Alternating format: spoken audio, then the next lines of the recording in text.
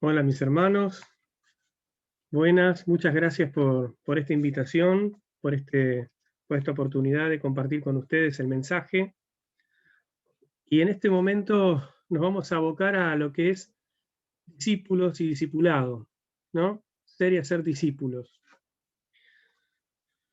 Cuando pensamos en el sentido de existencia de la Iglesia, de Jesucristo, ineludiblemente tendremos que meternos en esta cuestión, ¿no? De las instrucciones que Jesucristo nos dejó. ¿Para qué Jesús fundó la iglesia? ¿Qué nos dijo que teníamos que hacer? ¿Qué le dijo a sus discípulos? Y que por ende nos dijo también a nosotros para poder seguir haciendo. Muchas veces estamos muy tentados a distraernos de la misión y perder el sentido, perder la dirección hacia dónde vamos. Es muy fuerte, actividades, distintas cuestiones que tenemos que hacer para muchas veces sostener la estructura, para sostener la iglesia, pero perdemos el sentido porque en realidad la iglesia tiene un propósito concreto que es ir y hacer discípulos a todas las naciones, y bueno, como vamos a leer ahora en Mateo 28. Los invito a que reflexionemos sobre esta cuestión. Primero, vamos a ver esta cuestión del mandato del Señor en los pasajes que nos habla sobre ser discípulos. Segundo, contemplaremos algo sobre el ser discípulos. Y tercero, me quiero detener en el ejemplo de Bernabé para analizar su caso y extraer algunas enseñanzas que nos pueden transmitir algo muy valioso para nosotros a la hora de pensar en ser y hacer discípulos. Leemos Mateo 28, 18-20, les pido que lo estén buscando, y vamos a consagrar este momento al Señor. Nuestro Señor Jesús, te damos gracias por tu presencia, gracias porque siempre estás con nosotros. Mi Dios y Padre, ahora te pido que estés guiando este tiempo de reflexión de tu palabra, y que podamos comprender más cabalmente cuáles son tus propósitos para tu obra, y que podamos, mi Dios, estar en línea con tu voluntad en todo tiempo. Ayúdanos y danos fuerza para poder conocer tu voluntad y hacer tu voluntad. En tu nombre, Jesús. Amén. Bien. Mateo 28, 18-20 dice: Jesús se acercó, les habló diciendo: toda potestad me es dada en el cielo y en la tierra. Por tanto, id y haced discípulos a todas las naciones, bautizándolos en el nombre del Padre, del Hijo y del Espíritu Santo, enseñándoles las cosas, guarden todas las cosas que yo os he mandado. Y aquí yo estoy con vosotros todos los días hasta el fin del mundo. Bueno, tenemos que ir y hacer discípulos. ¿Dónde? A las naciones, a todos lados. ¿Y cómo? Bautizándoles y enseñándoles. Bautizando y enseñando, o sea, incluyendo en la iglesia, ¿no? Y enseñándoles todo lo que Él nos transmitió. Todo lo que Él nos transmitió está en la palabra de Dios. O sea que nuestro manual para poder hacer cualquiera de estas cosas tiene que ser siempre la palabra de Dios. Pensando en este pasaje que vimos recién, podemos acordarnos de Hechos 1:8, que dice: me seréis testigos en Jerusalén, recibiréis poder y seréis testigos en Jerusalén, en Judea, en Samaria y hasta el último de la tierra. ¿Poder para qué? Para ser testigos, precisamente. Acá está la cuestión. ¿Quiénes son los llamados y enviados para esta comisión? Hay un grupo especial de la iglesia que tiene esta comisión, hay algunos hermanos, el pastor acaso, que está a cargo del ministerio de enseñanza. No, todos los hijos de Dios estamos llamados a ser discípulos, ¿sí? Pero primeramente tenemos que ser discípulos. Dice que tenemos que ser testigos.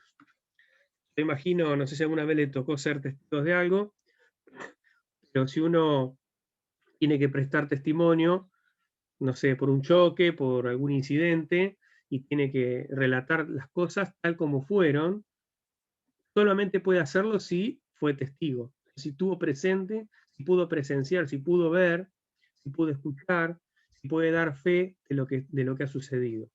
En este caso nosotros podemos dar fe de que el Señor Jesucristo está en nuestros corazones, de que Él ha transformado nuestras vidas, y es importante que demos testimonio de esto, que seamos testigos, ¿no? Incluso teniendo en cuenta la connotación de la palabra testigo, ¿no? que está vinculado incluso hasta la entrega de la vida, ¿no? Que fue el caso de los apóstoles. En Primera de Pedro, capítulo 2, verso 9 y 10, dice: mas vosotros sois linaje escogido, real sacerdocio, nación santa, pueblo adquirido por Dios. ¿Para qué? Para que anunciéis las virtudes de aquel que os llamó de las tinieblas a su luz admirable. Vosotros en otro tiempo no erais pueblo, pero ahora sois pueblo de Dios. En otro tiempo no habíais alcanzado misericordia, pero ahora habéis alcanzado misericordia. Somos sacerdocio de Dios, somos pueblo adquirido por Dios para que anunciemos las virtudes de Dios. Ahora, como bien decíamos recién, tenemos que ser testigos. O sea, en segundo lugar, tenemos que ser discípulos, ¿sí? Además del mandato, tenemos que ser discípulos para después poder obedecer a esto, ¿no? ¿Cómo estamos nosotros con respecto a esto? ¿Somos discípulos de Cristo? ¿Qué nos caracteriza a nosotros en nuestro carácter, en nuestra vida cotidiana, trabajo, estudio, con los vecinos, con la familia? ¿Qué es lo que aflora en nosotros? ¿Sí? ¿Son las actitudes de un discípulo de Cristo? Recuerdan Lucas 9, capítulo 23, dice: decía a todos, si alguno quiere venir en pos de mí, niéguese a sí mismo, tome su cruz cada día, sígame. Que todo aquel que quiera salvar su vida la perderá, y todo aquel que pierda su vida por causa de mí, la salvará. ¿Qué aprovecha al hombre si gana todo el mundo, se destruye o se pierde a sí mismo? Porque el que se avergonzare de mí y de mis palabras, de este se avergonzará el Hijo del Hombre cuando venga en su gloria, en el del Padre de los santos ángeles. Bien. Entonces estamos viendo acá, el que quiere seguirle tiene que negarse a sí mismo, tomar su cruz cada día y seguirle. En Lucas 14, verso 33 dice: así pues, cualquiera de vosotros que no renuncie a todo lo que posee no puede ser mi discípulo. No puede ver nada que esté por encima de ser discípulos del Señor. Dios está primero. Negarnos a nosotros mismos, o sea, poner las prioridades de nuestra vida, colocar a Dios en primer lugar. No dejar que otra cosa esté en primer lugar. Tomar la cruz cada día, que no es los eventuales problemas que nos pueden suceder, como le pueden suceder a cualquiera, sino que son las consecuencias directas de decidir seguir a Cristo y obedecerle. Las consecuencias directas de obedecer a Cristo. O sea, acá me está diciendo que la puedo tomar o dejar. ¿Sí? Yo estoy tomando la decisión de negar a Cristo, de negarme a mí mismo para que Cristo esté en mí, aflorando, tomar la cruz cada día y seguirle. O sea que puedo tomar la decisión de negarme a mí mismo o negar a Cristo. De tomar la cruz cada día, de tomar la decisión de afrontar las consecuencias de seguir a Cristo o esquivarlas de alguna manera. Y tengo que seguirle. ¿Por qué seguirle? Porque Él es el ejemplo. No hay nada superior que al ejemplo de Jesucristo. Y nosotros podemos seguirle. Bien. En último lugar, en tercer lugar, mejor dicho, vemos el ejemplo de Bernabé. Bernabé, hijo de consolación. Podemos ver un poco la ficha de Bernabé. ¿Quién era? Era José, uno de los principales misioneros primitivos. Los apóstoles le pusieron por sobrenombre Bernabé, que es hijo de consolación. De alguna manera vieron que se vincula con la misma palabra que usa para el Espíritu Santo, ¿no? Paracletos, ¿no? Que es llamado a estar al lado, el que exhorta, el que estimula, ¿no? O sea, que era una persona muy, muy, que afloraba estas características, ¿no? Él estaba con los demás, él acompañaba, él sostenía. Entonces, bueno, acá podemos ver también varias acciones de Bernabé. En primer lugar, lo vemos siendo generoso en la comunidad de fe. ¿Se acuerdan en los primeros capítulos de Hechos? Vemos cómo habían hermanos que vendían propiedades que tenían y las entregaban a la iglesia para que sea repartida. Viendo esto, habían estado Ananías y Zafira, que también vendieron, en vez de dar lo que ellos querían, simplemente dar una parte de lo que de lo que habían vendido ellos, contrastando un poco viendo un poco el ejemplo de José, querían aparentar que dieron todo. Entonces ahí viene la mentira de Ananías y Zafira que terminó tan mal. También Bernabé interviene en favor de Saulo, vemos en Hechos 9, 26, 31. Dice, cuando llegó a Jerusalén, trataba de juntarse con los discípulos, pero todos le tenían miedo, no creyendo que fuese discípulo. Entonces Bernabé, tomándolo, lo trajo a los apóstoles y les contó cómo Saulo había visto en el camino al Señor, el cual le había hablado, y cómo en Damasco había hablado valerosamente en el nombre de Jesús. Y estaba con ellos en Jerusalén, y entraba y salía, y hablaba denodadamente en el nombre del Señor, y disputaba con los griegos. Pero estos procuraban matarle. Cuando supieron esto, los hermanos lo llevaron hasta Cesarea y lo enviaron a Tarso. Bueno, vemos ahí Pablo, ¿no? El apóstol Pablo, perseguidor de la iglesia. Recuerden que había estado ahí en el lugar donde se enjuicia y se martiriza y se mata a Esteban, y podemos ver que consciente, dice el texto, de que él consentía con todo esto.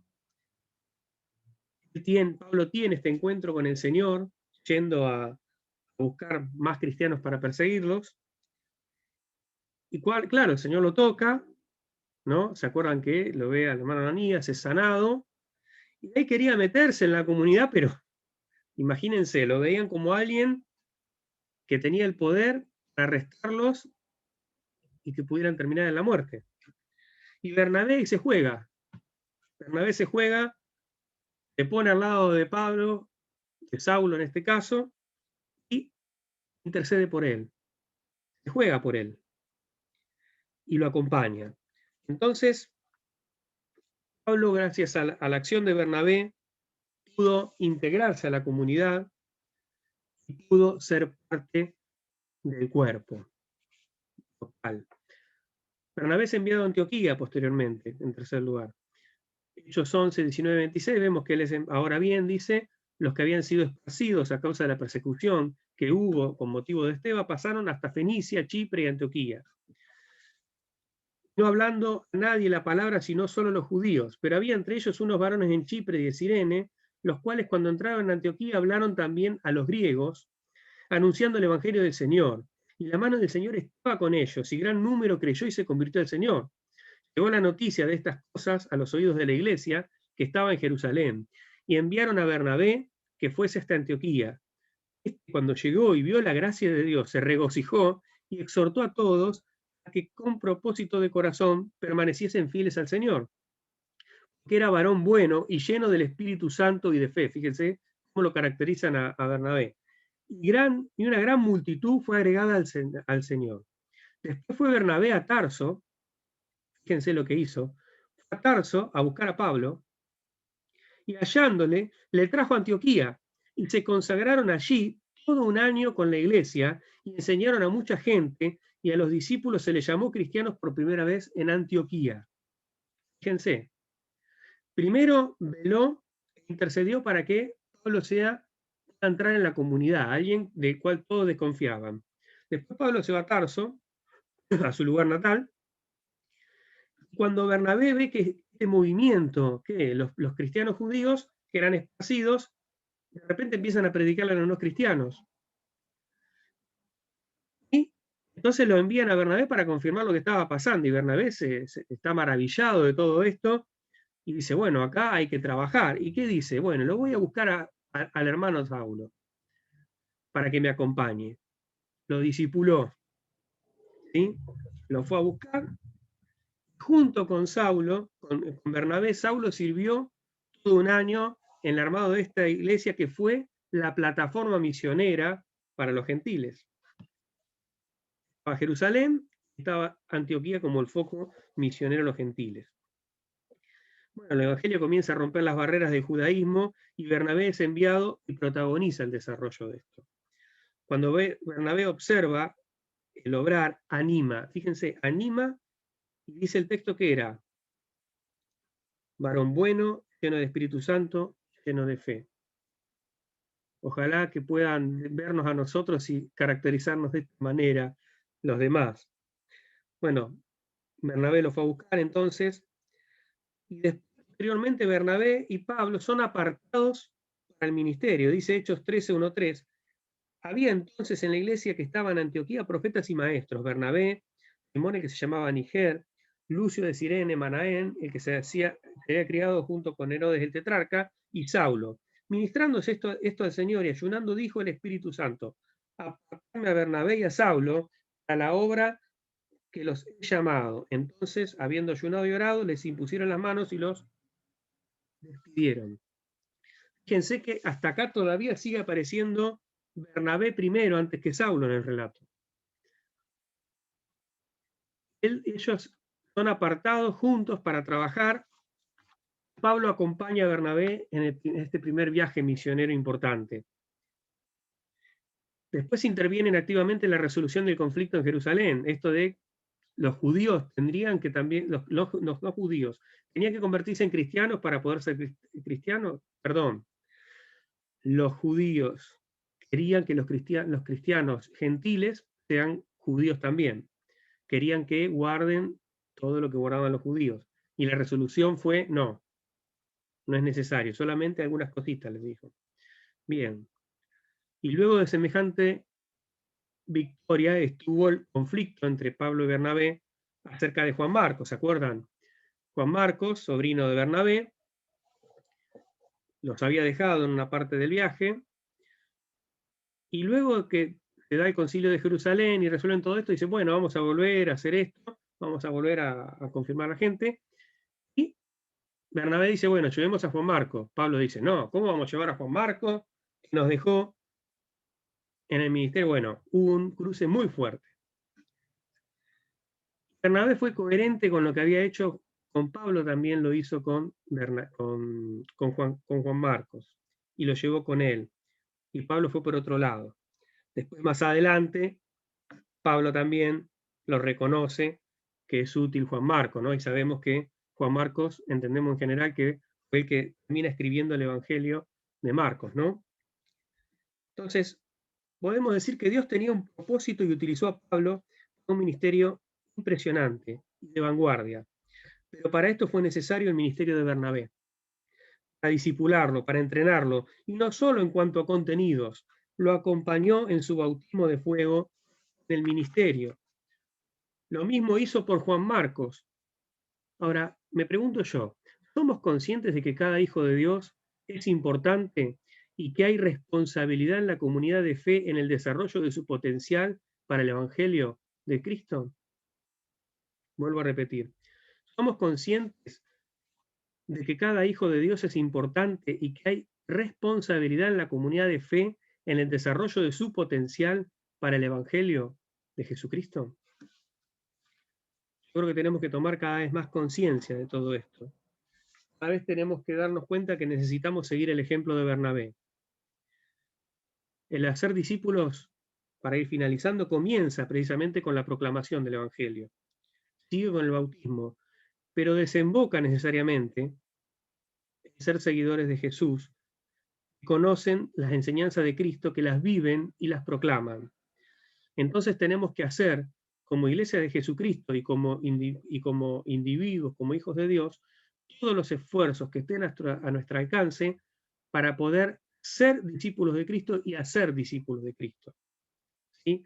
Necesitamos hacer discípulos. Y no hacemos discípulos con un sencillo curso, con algunos contenidos, no, es acompañar. ¿Sí? Una persona nueva llega al Señor y no podemos decirle: bueno, siéntese, viene a la iglesia, se sienta, nos comenta alguna de sus cosas y le decimos: bueno, usted tiene que ir a su casa y tiene que orar, leer la Biblia, tener relación con Dios, tener comunión.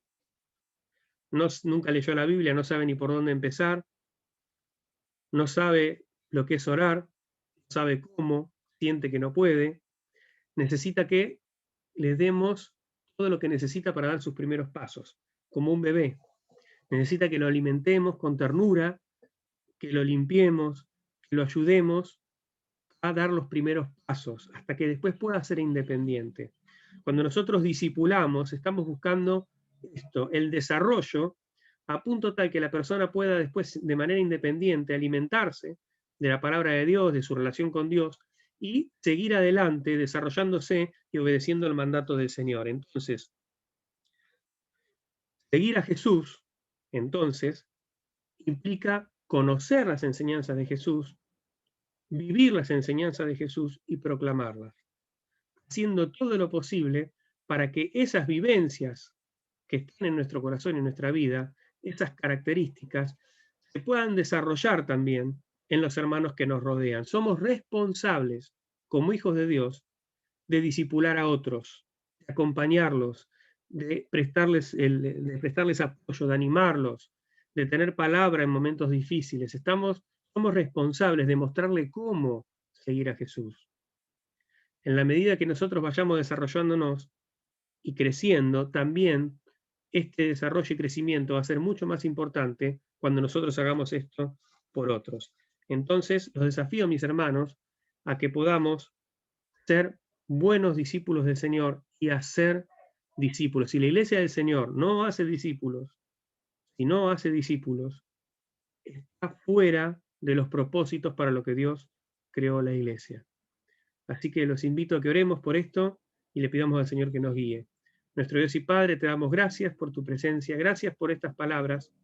Te pido que nos estés enseñando ahora a seguir tus caminos, que podamos ser fieles discípulos tuyos, fieles testigos, y podamos hacer todo lo posible en el Espíritu para poder discipular a las personas que están necesitando esto.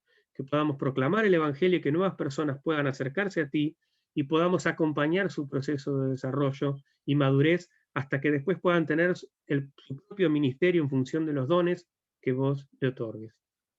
En el nombre del Señor Jesús, amén. Bueno, muchas gracias. Vuelvo a repetir por esta invitación.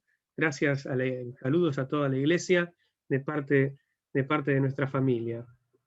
Bendiciones.